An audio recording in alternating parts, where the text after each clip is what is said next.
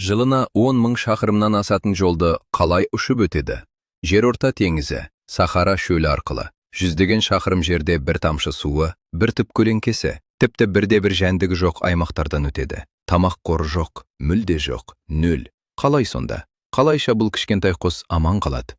Және қалайша бұл құс сіздің үйіңіздің шатырын таңдаса, ол сізді таңдаған болады? Оны қуып жіберу, бұл жасауға болатын ең ақымақтық әрекет. Бүгін біз осы туралы және тағы 99 жалпы 100 дерек айтамыз.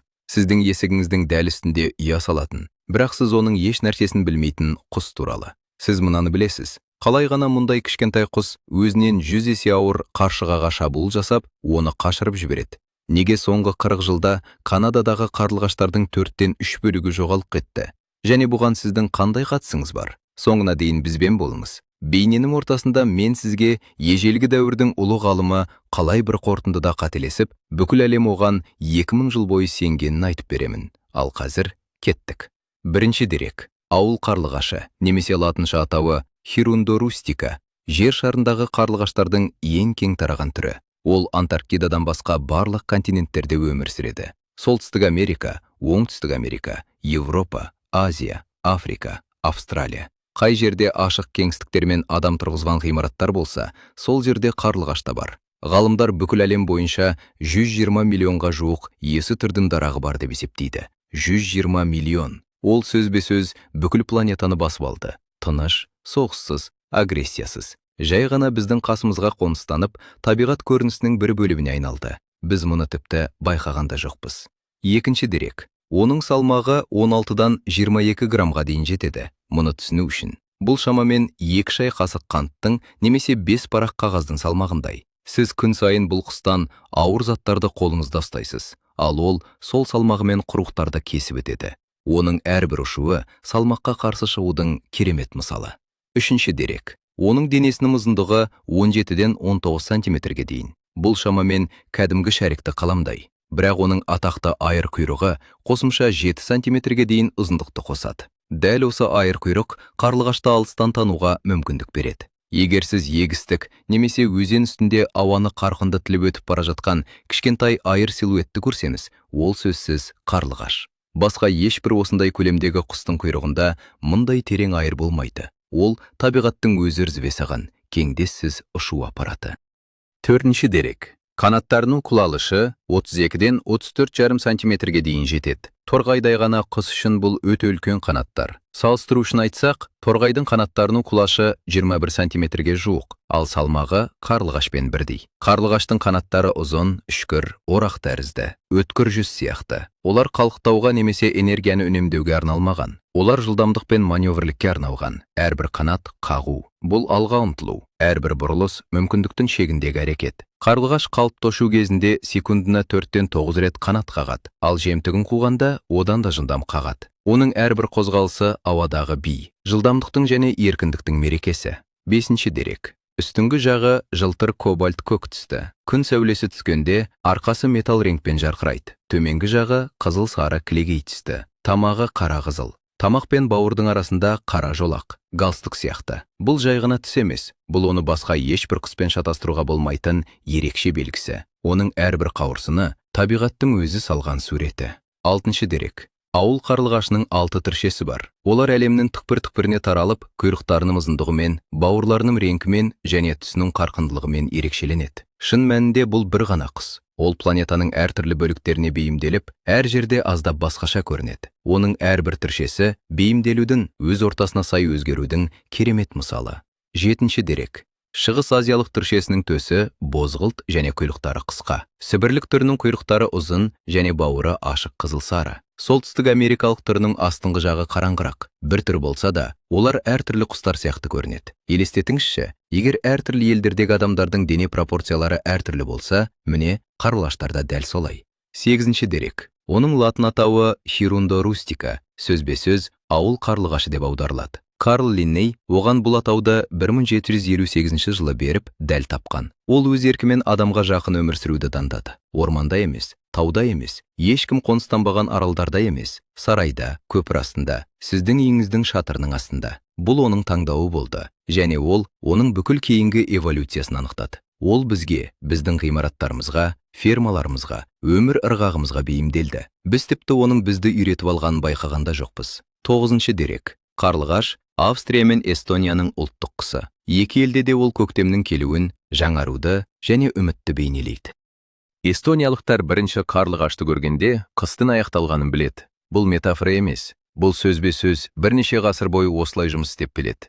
Ежелгі Грекияда қарлығаш махаббат құдайы Афродитемен байланыстырылды. Қарлығашты өлтіру жаман ырым деп саналды. Христиан дәстүрінде қарлығаш Исаның тікенді тәжінен тікенектерді суырып алуға тырысқан. Содан бері оның кеудесі қанға боялған деген аңыз бар. Бұл құс ондаған халықтардың мәдениетінде ежелгі дәуірден қазіргі күнге дейін бейнеленген. 10-шы дерек. Кезінде қарлығаштар үңгірлерде және жартас кемерлерінде ұя салған. Мыңдаған жылдар бойы олар ұяның жаңбырдан қорғалуы үшін үстінде қалқасы бар тікбеттерді іздеді. Содан кейін адамдар сарайлар, көпірлер мен қоймалар сала бастады, және қарлығаштар оларды дереу басып алды.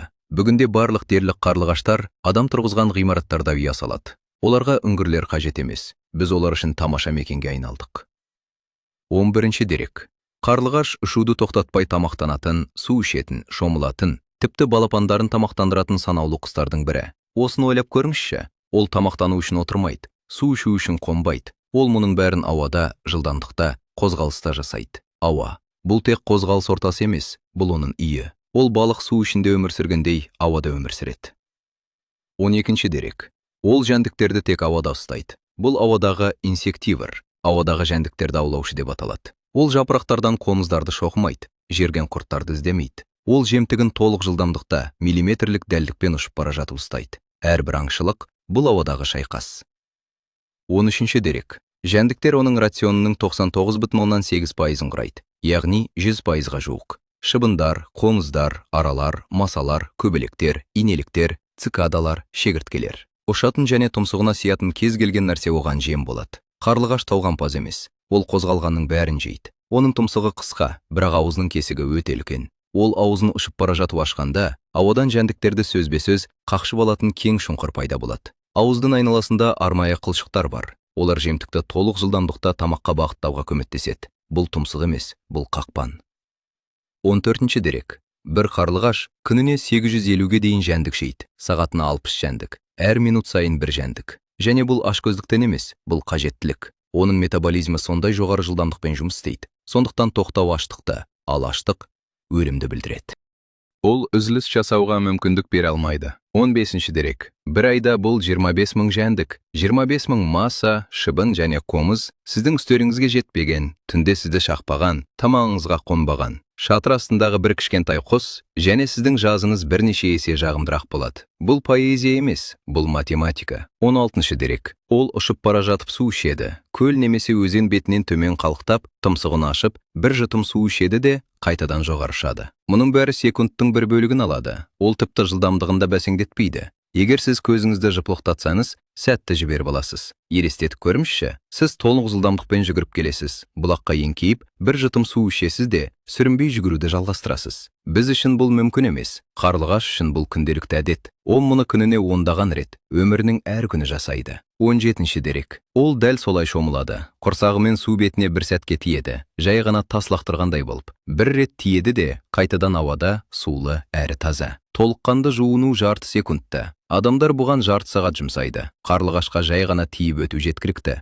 Қауырсындарының тазалығы оны үшін гигиена мәселесі емес, бұл тірі қалу мәселесі. Лас немесе жабысқан қауырсындар аэродинамикалық қасиеттерін жоғалтады. Қауырсыны нашар, қарлығаш нашар ұшады, аз жем ұстайды және бәсекелестікте ұтылады. Сондықтан шомылу бұл жылдам, күнделікті, міндетті техникалық қызмет көрсету. 18-ші дерек. Ұшу кезіндегі крейсерлік жылдамдығы 27-ден 35 шақырым сағатқа дейін. Бұл велосипедшінің жылдамдығы, бірақ ол қарқын алғанда 74 шақырым сағатқа дейін үдей алады. Бұл қаладағы автокөліктің жылдамдығы. 20 грамм салмағы бар құс үшін, бұл егер сіз 300 шақырым сағат жылдамдықпен жүгірсеңіз, соған пара-пар. 19-ші дерек. Ол басқа қарлығаштарға қарағанда төменірек ұшады. Сөзбе-сөз, жерден немесе судан бірнеше сантиметр қашықтықта. Кейде ол қазір шөпке соғылып қалатындай көрінеді. Бірақ бұл асқақтық та, қателік те емес. Дәл сол жерде, бетіне жақын жерде, ұшатын жәндіктердің максималды концентрациясы болады. Ол жем бар жерде ұшады, ал жем төменде. 20-шы дерек. Оның көру қабілеті қозғалатын объектілер туралы ақпаратты адамның көру қабілетінен 3 есе жылдамырақ өңдейді. Біз шыбынды жыпылық еткен нүкте ретінде көреміз. Қарлығаш шыбынды біз теннис добын көргендей көреді. Анық, көлемді, траекториясы мен жылдамдығын түсіне отырып. Ол ұстау нүктесін зениттік зымыран нысанамен кездесу нүктесін есептегендей, лезде есептейді. Сондықтан ол ешқашан дерлік қателеспейді. Оның көздері жай ғана көздер емес. Бұл аспанның, жердің және судың фонында 3 өлшемде қозғалатын кішкентай объектіні бақылауға қабілетті бағыттау жүйесі. Және мұның бәрі 70 шақырым сағат жылдамдықта. 21-ші дерек. Атақты айыр құйрық әдемілік үшін емес. Бұл миллиондаған жылдар эволюциясымен жетілдірілген аэродинамикалық құрал. Ол бір уақытта руль және тежегіш ретінде жұмыс істейді. Қарлығаш құйрығын желпуіш сияқты жайғанда, ол тежеледі. Жинағанда жылдамдықты арттырады. Солға немесе оңға еңкейткенде, оның көреміндегі басқа ешбір құс қол жеткізе алмайтын дәлдікпен бұрылыс жасайды. Толық жылдамдықта 90 градусқа бұрылу, жерден бірнеше сантиметр қашықтықта шығатын сүңгіп ұшу. Қашпақ болған шыбынды қуғанда лезде бұрылыстар жасау. Мұның бәрі құйрық. Дрондарды жобалайтын инженерлер әлі күнге дейін бұл маневрлікті қайталай алмайды.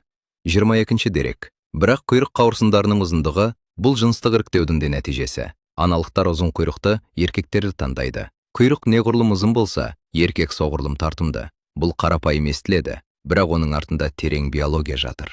Ұзын құйрық өсіру энергетикалық тұрғыдан қымбат. Бұл рюкзакпен марафон жүгіргендей. Егер еркек мұндай сән-салтанатты көтере алса, және сонымен бірге сау, жылдам және тоқ қалса, онда оның гендерінің құны бар деген сөз. Аналық мұны санамен емес, миллиондаған жылдар бойы жетілдірілген инстинктпен түсінеді. Ұзын құйрық бұл сигнал, және ол оны қатесіз оқиды. 23-ші дерек. Андерс Мюллердің 1988 жылғы эксперименті эволюциялық биологияның классикасына айналды. Ол бір топ еркектерді алып, кейбіреулерінің құйрықтарын жасанды түрде ұзартты, басқаларының құйрықтарын қысқартты, ал үшінші топты өз қалпында қалдырды. Нәтиже ғылыми әлемді таң қалдырды. Ұзартылған құйрықтары бар еркектер серіктестерін айтарлықтай жылдамырақ тапты. Бұл құйрық ұзындығының аналықтың таңдауына әсер ететінін дәлелдейтін алғашқы тікелей дәлел болды. Мақала Nature журналында жарық көрді. Содан бері қарлығаш құйрығы жыныстық іріктеудің оқулық үлгісіне айналды. 24-ші дерек. Ұзын құйрық бұл түйіндеме. Ол аналыққа. Менің гендерім жақсы, мен саумын. Мен осы қауырсындарды өсіруге кететін энергетикалық шығындарды көтере аламын. Және сонымен бірге аман қаламын, жем аулаймын, қоныс аударамын. Бұл құстар әлемінде қымбат костюм кигендей. Кек костюмді жалған жасауға болмайды. Ол сіздің денеңізден өседі. 25-ші дерек.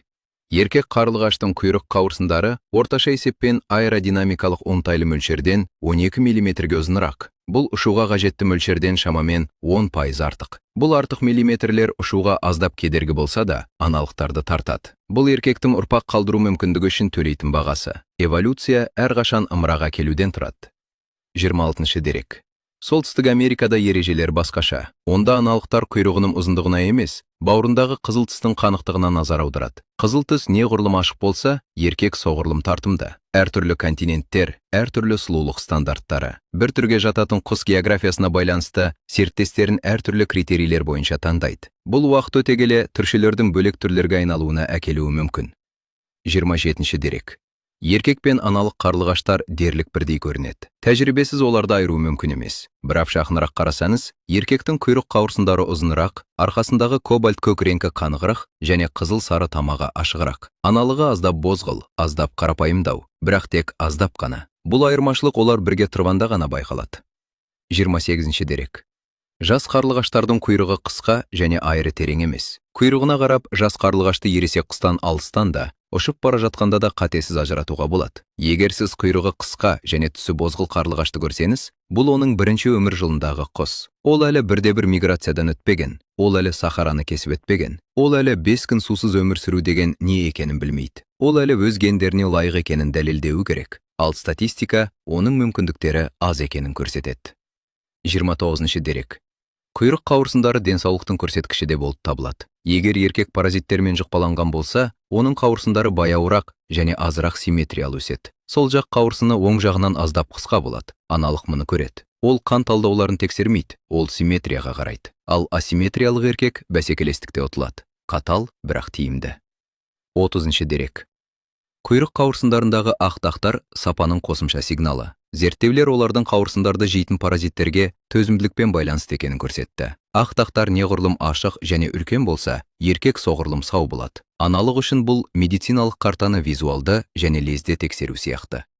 31 дерек. Қарлығаш ұясын балшықтан салады. Сөзбе-сөз балшықтан. Ол батпаққа немесе жағалауға ұшып келіп, тұмсығына бір кесек дымқыл сазды алады. Оны беріктік үшін шөп сабақтарымен араластырады және құрылыс орнына тасиды. Сол жерде оны сылаушы ерітіндіні жаққандай қабырғаға жапсырады. Бір кесекпен қабат-қабаттап. Бұл қолмен жасалатын жұмыс. Тек оның қолының орнына тұмсығы бар. 32 дерек. Бір ұя. Бұл балшық көзіне 1300-ден астам рет ұшып барып қайта оралу. 1300 рет ұшу, жинау, алып келу, жапсыру. Бұл таң атқаннан бастап бірнеше күн үздіксіз жұмыс. Егер қашықтықты есептесек, бір жұп қарлығаш құрылыс уақытында тек балшық үшін ондаған шақырым ұшады, бір ұя үшін ондаған шақырым. 33 дерек. Екі ата-ана бірге салады. Еркек пен аналық қарлығаштар таңертең балшық шықтан кейін әлі ылғалды кезде қатар жұмыс істейді. Бұл қарлығашты жерде көруге болатын санаулы сәттердің бірі. Әдетте ол ауада болады, бірақ балшық үшін ол төмен түседі, жағаға қонады, тұмсығын толтырады және қайтадан ұшады. Егер сіз қарлығаштар ұя салатын жердің жанында тұрсаңыз,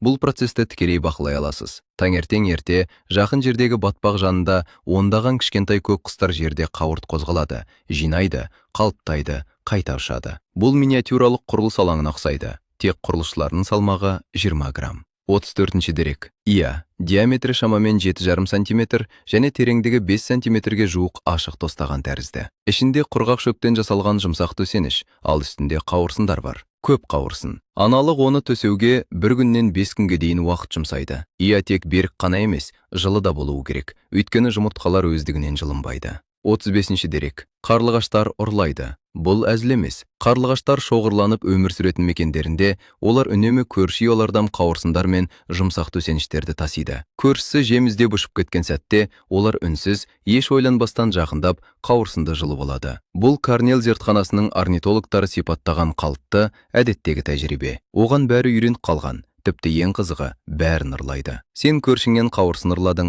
көршін сенен ұрлады. Нәтижесінде колониядағы қауырсындардың саны өзгермейді, бірақ әрқайсысы ұрлықпен қорғауға энергиясын жұмсайды. Қарлығаштардың ортақ өмірі. Жұмсақ төсеніш үшін үздіксіз мәңгілік соғыс. 36 дерек. Қарлығаштың ұясы әрқашан тік беткейге, мысалы сарайдың шатырына, көпірдің астына, үйдің ернеуіне, кіреберіс шатырдың астына, немесе балконның түбіне бекітіледі. Ең басты шарт, жоғардан жауын шашынан қорғаныс болуы керек. Лайдан жасалған ұя қатты нөсерге шыдас бермейді. Су қабырғаларын ерітіп, құрылымы жұмыртқалармен немесе балапандармен бірге опырылып түседі. Сондықтан қарлығаштар орын таңдаудағы нағыз шеберлер. Олар үйіңіздің архитектурасын кез келген инженерден де артық бағалайды. Шатырдың еңіс бұрышы, қорғанның тереңдігі, басым жердің бағыты, олар бәрін ескереді. Егер қарлығаш сіздің қабырғаңыздан орын таңдаса, бұл сіздің үйіңіздің сараптамадан сәтті өткенін білдіреді. 37 дерек. Егер ұя өткен жылдан бері сақталған болса, қарлығаштар оны қайтадан пайдаланады. Жұптардың дерлік 50%, 10 000 шақырым қашықтықтағы көшуден кейін, шөл даланы, теңізді кесіп өтіп, дәл бір жыл бұрын ұшып келген сол ұяға қайта оралады. Олар мұны қалай істейтінін ғалымдар әлі де толық түсіне алмай келеді. Бұл табиғаттың тылсым құпиясы сияқты. 38 дерек. Ұяны қайта пайдаланған кезде олар жай ғана қоныстанбайды. Олар нағыз жөндеу жұмыстарын жүргізеді. Ескі қауырсындарды тазартады, ұяның қабырғаларын тексереді, жаңа балшық пен жиектерін нығайтады. Ұя әр маусымда жаңартылып отырады. Бұл бір реттік құрылыс емес, бұл жылдар бойы қолдау табатын, қастерленетін үй. 39 дерек. Бірақ егер ұя кенелермен немесе басқа да паразиттермен зақымданса, олар оны еш ойланбастан тастап, жаңасын салады. Тіпті 1300 рет лай тасып, бір апта уақытын жұмсаған болса да, олар артқа қарамайды. Ұядағы паразиттер балапандар үшін баяу өлім. Кенелер қанды сорып, олардың әлсіреуіне, өсуінің баяулауына әкеледі. Ересек қарлығаш мұны сезеді және кетуге, бәрін нөлден бастауға, уақыт жоғалтуға, бірақ ұрпағын сақтап қалуға шешім қабылдайды. Балапандардың денсаулығы салынған еңбектен әлдеқайда маңызды. Қарлығаш өзін құртып жатқан нәрседен бас тартып, өмірді жаңадан бастауды біледі. Ойланып қарасақ, бұл өте жақсы дағды. 40 дерек. Бастапқыда қарлығаштар үңгір құстары болған. Миллиондаған жылдар бойы олар жартастар мен үңгірлерде ұя салған. Кейін адамдар құрылыс жұмыстарын бастағанда, қарлығаштар бірден бізге ауысты. Адам жасаған құрылыстарға көшу құстар тарихындағы ең сәтті бейімделулердің бірі. Біз оларға қабырғалар бердік, ал олар бізге масалармен күресте көмек берді. Бұл ешкім қол қоймаған, бірақ мыңдаған жылдар бойы жұмыс істеп келе жатқан тиімді келісім. 41-ші дерек. Қарлығаштар формальды түрде моноганды. Жұп бір маусымға, кейде тіпті бірнеше жыл қатарынан қалыптасады. Аталық қарлығаш көшіп келуден бірінші болып оралады. Ол ұшып келіп, өз аумағын иеленеді. Өткен жылғы ұясының жанына қонып, ән сала бастайды. Оның әні механикалық, сықырлаған мотолармен алмасып отыратын, ұзақ шырылдаған дыбыстар тізбегі. Бұл ән 20 секундқа дейін созылуы мүмкін. Ол ән салып күтеді, кейде бірнеше күн. Аналық қарлығаш ақыры ұшып келгенде, ол оған ұясын көрсетеді. Айналасында ауада айналып ұшады, құйрығын көрсетіп, сүңгіп, қайта жоғары көтеріледі. Бұл жалғыз көрерменге арналған әуе балет сияқты. Егер аналық қарлығаш мақұлдаса, жұп қайтадан бірігеді. 42-ші дерек. Бірақ формальды, моногамды деген сөз тіркесі өте маңызды. Өйткені некесіз байланыстар қарлығаштар әлемінде қалыпты жағдай. Генетикалық зерттеулер ыңғайсыз шындықты көрсетті. Йодағы балапандардың бір бөлігі, кейде балапандардың 30%-на дейін ресми аталықтан болмауы мүмкін. Аталық қарлығаштар мұны сезеді, сондықтан өз аналықтарын белсенді түрде қорғайды. Олар жақын ұшады, көзден таса қылмайды. Жақындаған әрбір аталыққа шабуыл жасайды. Бірақ екі жақта мүмкіндік болса, бәрібір бөтен байланыстарға барады. Қарлығаштар әлеміндегі романтика бұл өте салыстырмалы ұғым. Мұндағы моногамия адалдық ант емес, бала өсіру бойынша серіктестік.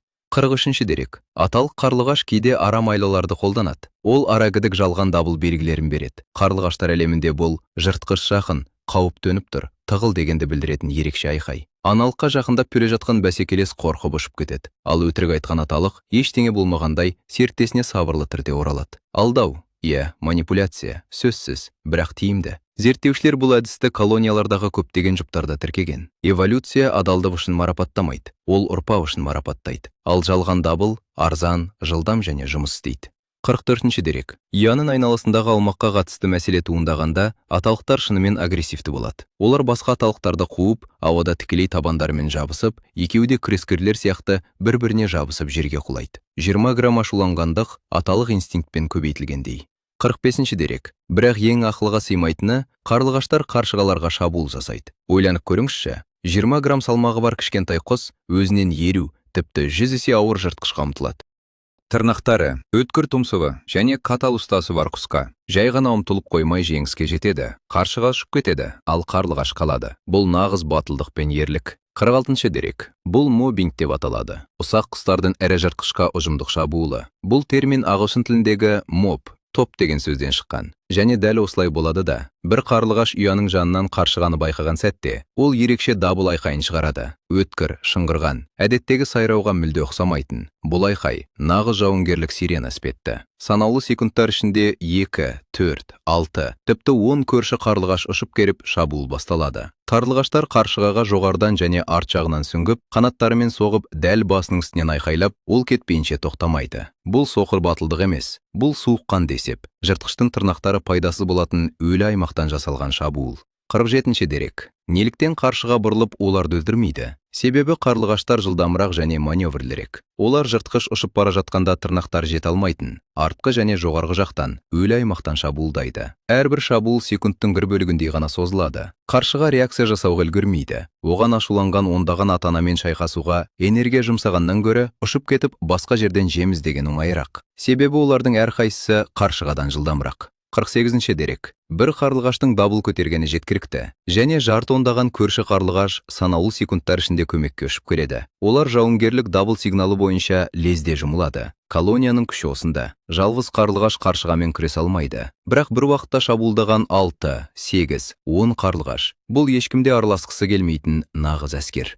49-ші дерек. Қаршығалар ғана жалғыз құрбан емес. Шағалалар, қарғалар, сауысқандар, мысықтар. Тіпті ұяға тым жақын келген адамдар да басына сіңгіп, құлағына жағымсыз айқай естиді. Егер сіз бірде-бір рет қарлығаш ұясының астынан өтіп бара жатып, шабуылға ұшыраған болсаңыз, енді оның не екенін білесіз. Сізге балаларына қауіп төндіруші деп санаған құс шабуыл жасаған, және ол әзілдеген жоқ. 50-ші дерек. Аналық қарлығаш 3-тен 7-ге дейін, әдетте 4-теш жұмыртқа салады. Ол бір жұмыртқаны күн сайын, барлық жұмыртқа салынғанша жалғастырады. Жұмыртқалары кішкентай, ақ немесе аздап қызылыттау, қоңыр және сары қоңырдақтармен жабылған. Олар лайдан жасалған тостағанда жұмсақ қауырсын төсенішінде жатады, және екі ата-ана кезектесіп денелермен жылтады. Дәл осы сәтте қарлығаш ақыры орнында отырады. Бұл жылдың жалғыз уақыты, ол кезде ол мүлдем дерлік ұшпайды. Егер сіз бірде-бір рет қарлығаш ұясына үміліп көрген болсаңыз, осы кішкентай, дақты жұмыртқаларды көрген боларсыз. Әрқайсысы бас бармақтың тырнағындай ғана. Олардан сахараны кесіп өтуге қабілетті құстардың шығатынына сену қиын. Жалғасы екінші бөлімде. Қарлығаш 10 000 шақырымды қорегінсіз ұшып өтеді, және бұл неліктен оны өлтіреді? Екінші бөлім. 51-100 деректер. 51 дерек. Жұмыртқа басу 14-тен 19 күнге дейін созылады. Екі ата-анада жұмыртқалардың үстінде отырады, бірақ аналық әлдеқайда ұзақ отырады. Ол ұяда көп сағат бойы отырса, аталық осы уақытта аң аулап, оған жем әкеледі. Тек аналықта ғана жұмыртқа басудағы бар. Бұл оның ішіндегі жалаңаш терінің бөлігі. Ол жылуды жұмыртқаларға тікелей береді. Аталықта мұндай дақ жоқ. 52 дерек. Балапандар соқыр және дерлік жалаңаш болып шығады. Қызғылт түсті, дәрменсіз, үлкен жұмулы көздері және кең ашылған ауыздары бар. Олар ата-аналарына толықтай тәуелді, және ата-аналар оларды ешқашан тастамайды. Олар балапандарды таң атқаннан күн батқанға дейін қоректендіреді. Сағатына 10-даған рет ұяға ұшып келеді. Әрбір ұшу жәндіктерден жасалған түйіршік. Ата-аналар ұсталған шыбындар мен қоңыздардан түкіріппен желімделген, 10-даған жәндіктен тұратын тағам балюсі деп аталатын шарик жасайды. Осы шарикті олар балапанның айқара ашылған аузына тығады. Балапандар қауырсынданғанша тоқтамайтын конвейер сияқты. Күн сайын екі ата-ана 400-ден астам рет қоректендіруді орындай алады. 53 дерек. Балапандар жұмыртқадан шыққаннан кейін 18-23 күн өткен соң ұядан кетеді. Алғашқы ұшуы ыңғайсыз және қысқа болады. Олар жақын маңдағы ағашқа қонып, ата-аналарын күтеді. Бірақ бұл ата-аналық қамқорлықтың соңы емес. Бұл ең маңызды сабақтың бастауы. Тағы бір апта бойы ересектер ұшып кеткен балапандарды қоректендіруді жалғастырады. Алдымен бұтақтарда, жәндіктерді мүлесімен ұшып келіп, содан кейін тамақты тікелей ауада, ұшып бара жатып, тұмсықтан тұмсыққа береді. Осылайша жас қарлығаштар қарлығаш өміріндегі басты дағдыны үйренеді. Толық жылдамдықта жәндіктерді аулау. Бұл дағдысыз олар өмір сүре алмайды. Ата-аналар мұны біледі, сондықтан әр күн сайын жаттығу жүреді. Ұш, ұста, же. Ұш, ұста, же. Үйренгенше. 54 дерек. Бір маусымда жұп 2 рет балапан өсіре алады. Алғашқы балапандар ия жанындағы бұтақтарда ыңғайсыз ұшу тәжірибесін жинап, әлі ұшуды үйреніп жүргенде, аналық қарлығаш 2 рет жұмыртқаға сала бастайды. Кейде аталық бірінші ұядағы ұшып кеткен балапандарды қоректендіріп жатқанда, аналық жаңа жұмыртқалардың үстінде отырады. Бір жазда 2 ұрпақ. Бұл сараңдық емес, бұл орташа өмір сүру ұзақтығы 4 жыл. Ал жас қарлығаштардың өлім жітімі 70% құрайтын түрдің тіршілік ету стратегиясы. Әрбір 4-1 көбею маусымы жіберіп алуға болмайтын жалғыз мүмкіндік. Бір жылды өткізіп алсаң, өмірінің 4-тен 1-ін жоғалттым деген сөз. 55 дерек.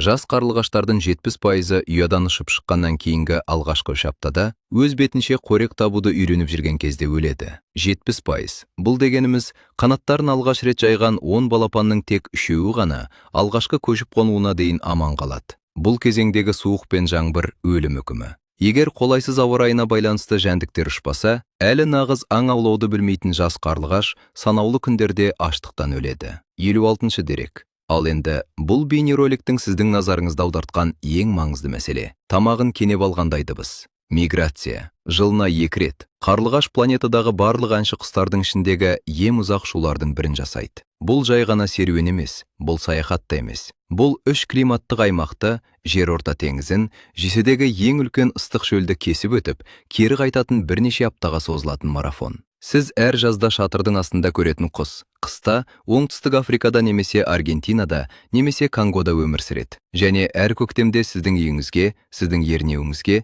сіздің қабырғаңызға қайта оралады. 57 дерек. Ұшу бағыты. Қарлығаштың қай жерде туылғанына байланысты. Солтүстік Еуропадан оңтүстік Африкаға, Канададан орталық және оңтүстік Америкаға, тіпті Аргентинаға дейін. Бір бағыттағы қашықтық 11.660 шақырымға дейін жетеді. 11.660 шақырым.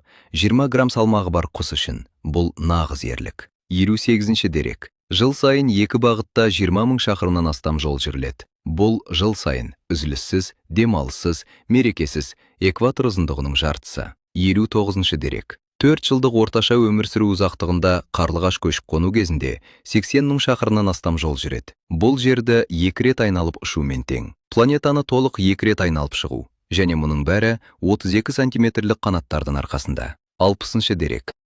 Күн сайын, аптадан аптаға 200-ден 320 шақырымға дейін жол жүреді. Тамағын кенеп алғандай дыбыс. Түнгі ұйқыдан басқа ешқандай үзіліссіз. Таңертең ұшып, күні бойы ұшумен және аң аулаумен болады. Кешке қамыста немесе ағашта қонақтайды. Ал таңертеңін күн шыға салысымен қайта жолға шығады. 61-ші дерек. Барлық ұшу 4-тен 8 аптаға дейін созылады. Бұл бағытқа, ауа райына және қарсы желдерге байланысты. Кейбір құстар тезірек ұшып жетеді, кейбіреулері баяулау. Бірақ ешкім де ұзақ уақытқа тоқтап қалуға мүмкіндік бере алмайды. Биологиялық сағаттар тықылдап тұр. Ұя салу маусымы күтіп тұрмайды. Егер қарлығаш тым кеш ұшып келсе, ең жақсы ұя салатын орындар басқалармен басып алынған болады. Жәндіктердің ең көп болатын кезеңі өтіп кетеді. Сәтті көбею мүмкіндіктері азаяды. Әрбір кідіріс күні бұл жоғалған балапандар. Сондықтан миграция бұл саяхат емес, бұл жарыс. 62-ші дерек. Міне, осы бейнероликтің тақырыбына шығарылған парадокс. Ол 10 000 шақырымды қорексіз ұшады. Мұны баяу қайталайықшы. 10 000 шақырым қорек қорынсыз. Онда жыл құстарының абсолютті басым көпшілігінде болатын май қорлары жоқ. 0 қор.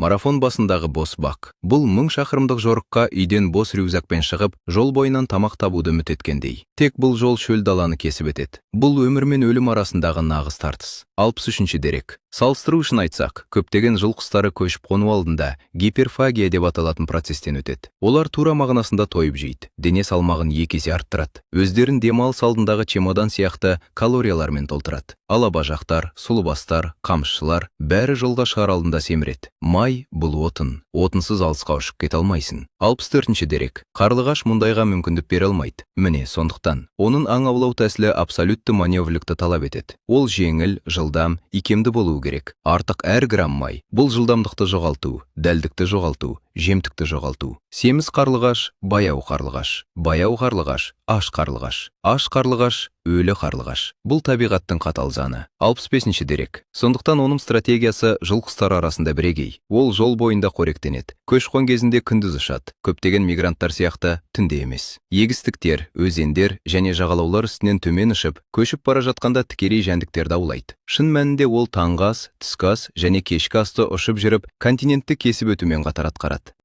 Елестетіп көріңізші, сіз марафонды жүгіріп өтіп жатырсыз, және сонымен бірге жолда өзіңізге тамақ дайындап жүрсіз. Бұл абсурдты естіледі, бірақ қарлығаш апталар бойы күн сайын дәл осыны істейді. Бұл керемет, талғампаз және маршрутта жәндіктер болған кезде жұмыс істейді. Бірақ олар болмаған кезде не болады? Бұл туралы келесі деректе.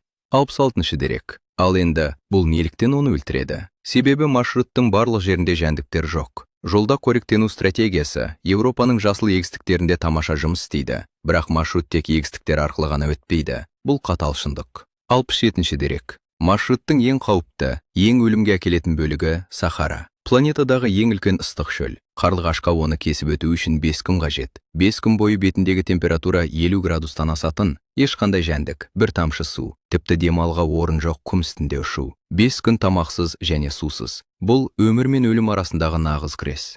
68-ші дерек. Қарлығаш сусыз бірнеше күн ғана өмір сүре алады. Оның кішкентай денесі ылғалды тез жоғалтады. Әсіресе ауа температурасы 45 градустан асуы мүмкін шөлдің ыстығында. Ал Сахара бұл дәл бірде-бір су көзі жоқ бірнеше күн девенсіз. Шөл арқылы әрбір ұшу уақытпен жарыс. Егер жел ілеспе жел болса, ол 4 күнде өтіп кетеді. Егер қарсы жел болса, ұшу 6 күнге дейін созылады. Егер құмды дауыл болса, құс бағытынан адасып, бағдарын жоғалтады және желмен күресуге бағалы энергиясын жұмсайды. Ал онда есеп күндермен емес, сағаттармен жүреді.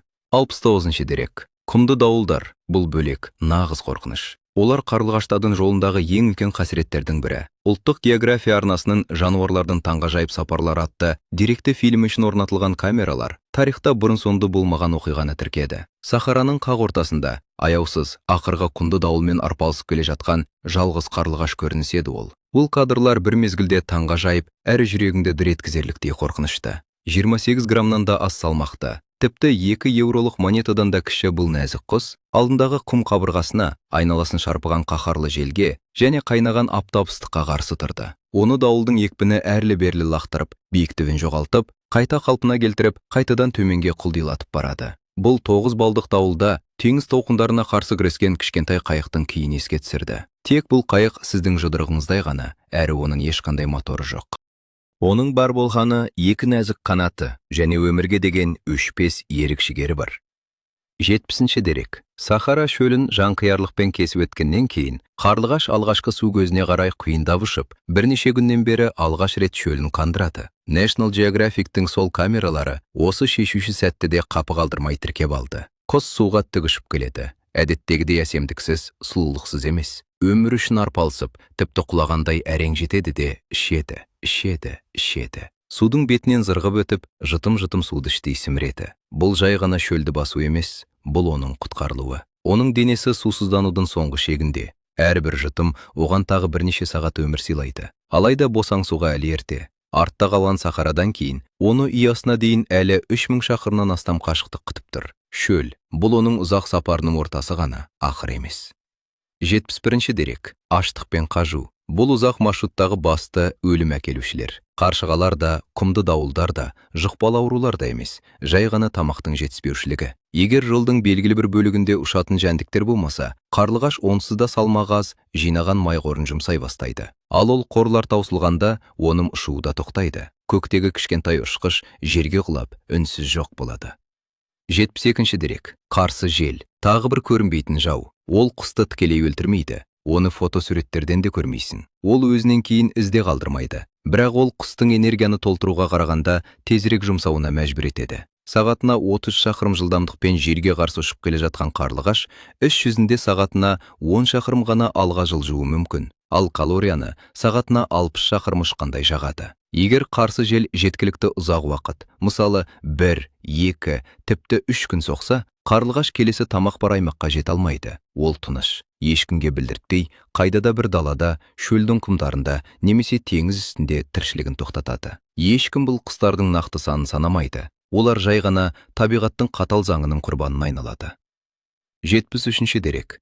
Климат ойын ережелерін түбегейлі өзгертіп жатыр. Әрі бұл қарлығаштың пайдасына емес. Сахара шөлі кеңейіп келеді. Әрбір 10 жылдық сайын шөл жаңа аумақтарды басып алады. Бұл дегеніміз, оның маршрутындағы тамақ пен сусыз өтуге тиіс бөлігі ұзағырақ болады. Бұрын 4 күнде аяқталатын жыл енді 5 немесе 6 күнге созылуы мүмкін. Ал 6 күн сусыз, бұл кез келген тірі ағзаның, әсіресе мұндай кішкентай құстың мүмкіндіктерінен тыс. Бұл өлім үкімі. 74-ші дерек. Африкадағы құрғақшылықтар қарлығаштардың қыстау кезінде дене салмағын жоғалтуына және түлеу кезінде қауырсындарының қалыпты өсуін баяулатады. Сондықтан қарлығаш көктемгі қоныс аудару бастауына қажетті физикалық формадан әлдеқайда нашар, әлсіз күйде келеді. Ол өте әлсіреген күйде ұшып шығады және 10 000 шақырымдық қашықтықты ұшуы керек. Бұл ауыр науқастан кейін марафонға шыққандай. Оның әрбір қанатының қағысы, әрбір қозғалысы орасан зор күшпен ереу жігерді қалап етеді. 75-ші дерек.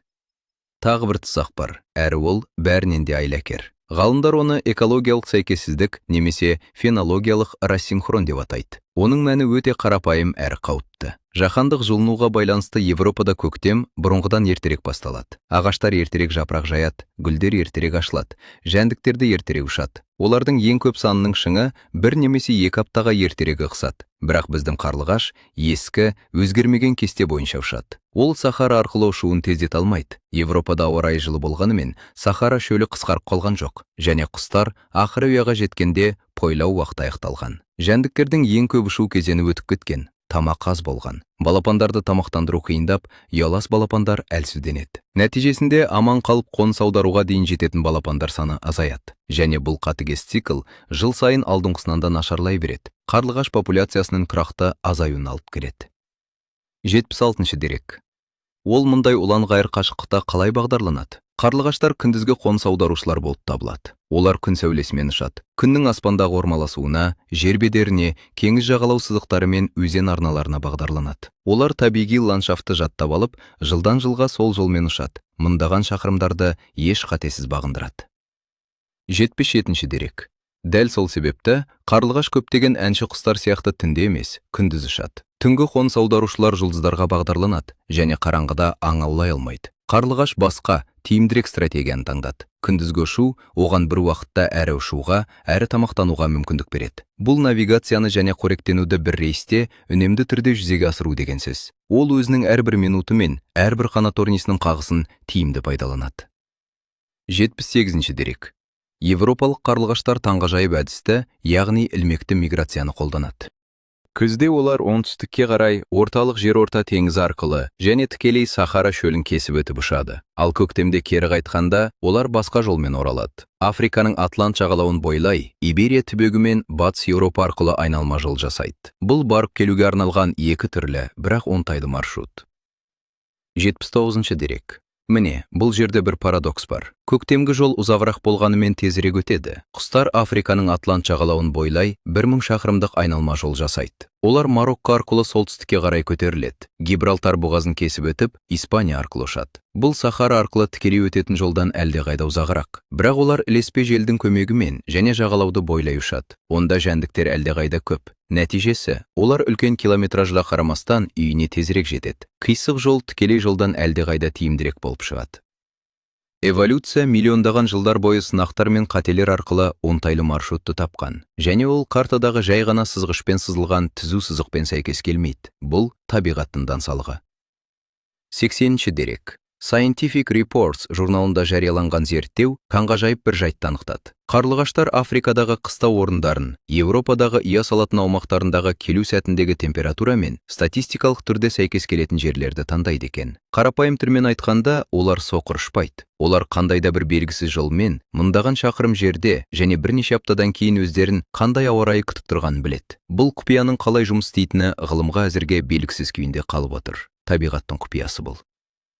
81-ші дерек. Ал енді бейнероликтің ортасынан уәде етілген дерекке көшейік. Қарлығаштарды мүлдем қоныс аударатынын алғашқы ғылыми дәлелі кек 1912 жылы алынды. Бұл оқиға кездейсоқ болды. Англияның Стаффордшир қаласындағы Обердин университетінің сақинасымен сақиналанған бір құс, сақиналанған жерден 9500 шақырым қашықтықта оңтүстік Африкадағы Наталь фермасынан табылды. Бұл бүкіл ғылыми әлем үшін нағыз таңғалдырарлық жаңалық болды. Аяғында кішкентай сақинасы бар нәзік құс планетаның басқа шетінде. Бұл сәтке дейін адамзатта қарлығаштардың қайда да болса ұшатыны туралы ешқандай дәлел болған жоқ. Барлығы олардың қыста жасырынып қалатынын болжаған еді. 82-ші дерек. Ал бұдан бұрын 2000 жылдан астам уақыт бойы адамдар қарлығаштар қыста ұйықтайды, ұшып кетпейді, қоныс аудармайды, жақын жерде бір жерде жасырынады деп сенген. Олардың көлдердің түбіндегі балшыққа тығылып, қыс бойы ұйықтайтынына сенді. Балықшылар өз торларынан қарлығаштарды шығарып алғанын айтатын. Олар кіргір, жартылай ұйқыдағы күйде болады екен. Ешкім бұл суланған, шаршаған құстардың торға кездейсоқ түсіп қалған құстар екенін ойламады. Миф тым әдемі әрі ыңғайлы болғандықтан, оны тексеруге ешкім құлықты болмады. Адамдар шындықты іздеуден гөрі ыңғайлы әрі әдемі болжамға сенуді жөн көрді.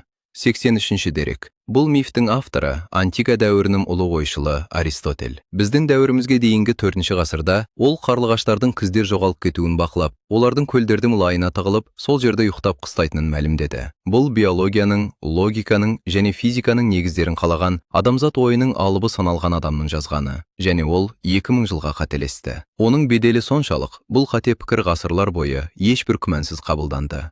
84-ші дерек. Бұл миф керемет ұзақ уақыт бойы сақталды. Тіпті Гилберт Уайт, далалық орнитологияның негізін қалаушылардың бірі, 1789 жылы өзінің атақты кітабында кейбір қарлығаштардың қысқа жасырынатынын мойындады. Бұл 15-ші ғасыр. Бұл машинасы қазірдің өзінде ойлап табылған, технология қарыштап дамып жатқан кезде, адамдар әлі де қарлығаштар балшықта ұйықтайды деп ойлайды. Бұл адамзаттың қате пікірлерге қаншалықты берік сенетінін көрсетеді.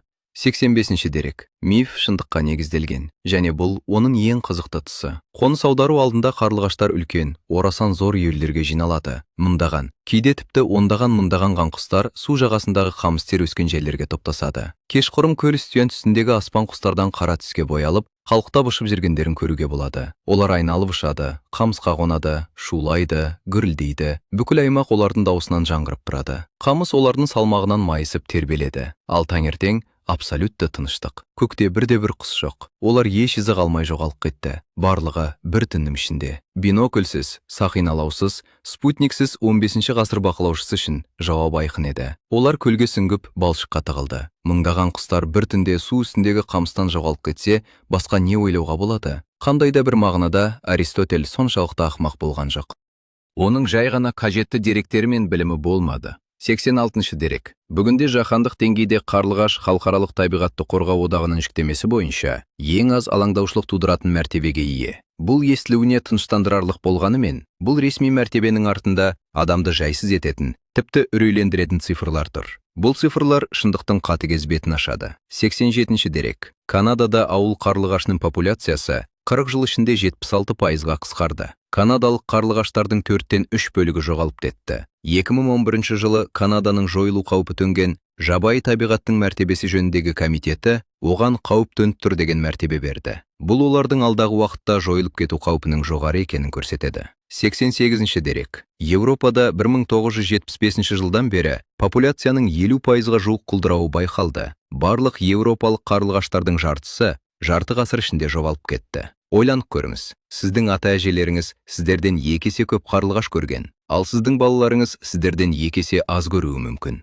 Бұл болашақтың апаты емес, бұл баяу, байқалмай жыл сайын 1%-бен болып жатқан, қазірдің өзінде орын алған апат. Бұл біздің көз алдымызда болып жатқан биологиялық санның қысқаруы. 89-ші дерек. Италияда бір зерттеу небәрі 10 жыл ішінде популяцияның 50%-ға құлдырауын тіркеді. Жарты ғасырда емес, 10 жылда. Бір 10 жылдықта қарлығаштардың жартысы жоқ болып кетті. Ғалымдар мұны қарлығаштар ұя салған фермаларда мал шаруашылығының тоқтатылуымен тікелей байланыстырды. Қорадан сиырлар жоғалғанда, олармен бірге шыбындар да жоғалды. Шыбындар жоғалғанда, қарлығаштар да жоғалды. Малсыз ферма. Бұл қарлығашсыз ферма. Қарапайым, бірақ қатыгез тізбек. 90-шы дерек. Ұлыбританияда соңғы 10 жылда қарлығаш популяциясы 46%-дан астам төмендеген. Songbird Survival ұйымы мұны жәндіктер санының апатты түрде азаюымен тікелей байланыстырады. Және бұл азаюдың себептері Канададағы, Италиядағы, жалпы бүкіл Европадағыдай. Олар қарапайым, олар айқын, және олар толығымен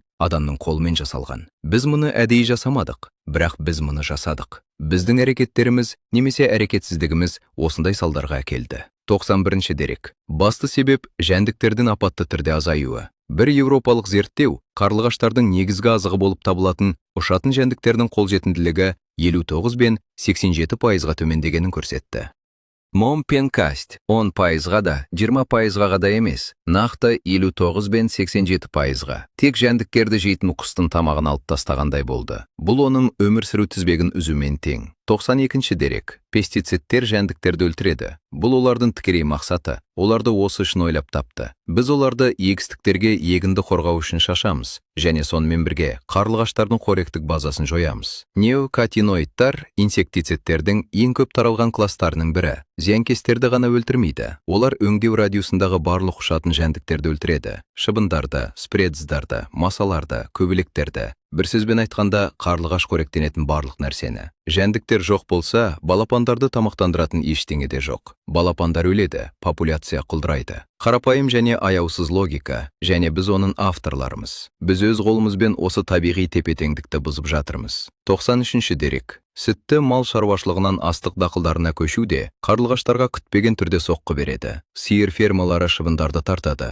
Шыбындар қарлығаштардың негізгі тамағы. Қарлығаштар ғасырлар бойы фермалардың жанына қоныстанды. Өйткені онда әрқашан тамақ мол болды. Сиыр жоқ болса, шыбын жоқ. Шыбын жоқ болса, қарлығаш та жоқ. Фермердің бір ғана шаруашылық шешімнен үзілетін, мұндаған жылдар бойы қалыптасқан табиғи тізбек. 94-ші дерек. Ия салу орындарының жоғалуы. Ескі амбарлар бұзылады, сарайлар тарқатылады, ат қоралар кегіс қабырғалы, заманауи лофттарға айналады. Жаңа ғимараттар шынымен бетоннан жасалған, жабық, саңылаусыз, шатырсыз. Ия салуға болатын бірде-бір шығыңқы жерсіз. Қарлығаш сахара арқылы 10 мың шақырым ұшып келді. Ал оның иінім орнында айна қабатты, жылтыр сауда орталығы тұр. Балшық оған жабыспайды. Бұл оның үйін, болашағын жоғалтқанын білдіреді. Бірақ жақсы жаңалықтар да бар. Кейбір елдерде қамқор еріктілер карниздердің астына арнайы сөрелер мен жасанды ұялар орнатады, және қарлығаштар оларды қуана қабылдайды. Егер сіз бұл кішкентай құстарға көмектескіңіз келсе, бұл ең қарапайым әрі тиімді әдіс. Оларға бір ғана кішкентай орын берсеңіз, олар оны 1000 есе қайтарады. 95-ші дерек. Қарлығаштар жиі тракторлар мен шөп шабатын машиналардың соңынан еріп, техника мазалаған жәндіктерді ұстап жейді. Моторды іске қосқаннан кейін бірнеше минуттан соң егістік үстінде ондаған қарлығаштар айналып ұшады. Олар бұл сигналды үйреніп алған. Қозғалтқыш дыбысы олар үшін түскі ас дайын дегенді білдіреді. Олар адам әрекетін өз пайдасына қолдануды біз түсінбей тұрып, әлдеқайда бұрын үйренді. Ол адамның жанында жай ғана өмір сүрмейді. Ол адамда адам. Жерді қалай пайдаланса, дәл солай пайдаланады. Біз естіктікті жыртып жатырмыз. Ол біз ауаға көтерген жәндіктерден өнудайлы, және сонымен бірге ол пайда да әкеледі. Егістік үстінде ұшып жүрген әрбір қарлығаш күніне жүздеген зиянкестерді жейді. Бұл ешқандай келісімсіз өзінен өзі миллиондаған жылдар бойы қалыптасқан таңғажайып симбиоз. 96 дерек. Қарлығаштың орташа өмір сүру ұзақтығы 4 жыл. Сақиналау кезінде тіркелген ең ұзақ мерзім 11 жылға жуық. Бірақ 11 жыл бұл ереже емес, ерекшелік. Көпшілігі орташа көрсеткішке де жетпейді. Бірінші қыс жас құстардың жартысынан астамы жояды. Олар Африкаға жетпей, бірінші миграцияда жойылады. Аман қалғандар 3-5 жыл өмір сүруге мүмкіндік алады. 4 жыл Сахара арқылы 8 рет қоныс аудару деген сөз. 8 рет шөл арқылы өтіп аман қалу. Әтір жолы бұл нағыз өмір мен өлім арасындағы лотерея. Және жыл сайын мүмкіндіктер өспейді, керісінше азая түседі. 97 дерек. Өзінің қысқа ғұмырында ол 8 трансконтинентальды қоныс аудару жасайды. Сахара арқылы 8 рет, жер орта теңізі арқылы 8 рет, Лондоннан Кейптаунға дейін және кері қарай қанаттармен. Ешқандай GPS-сіз, картасыз, тамақ қорсыз, тек өшпес өжеттілігі мен терең инстинктімен. Бұл нағыз табиғаттың кереметі, ерлік пен табандылықтың белгісі.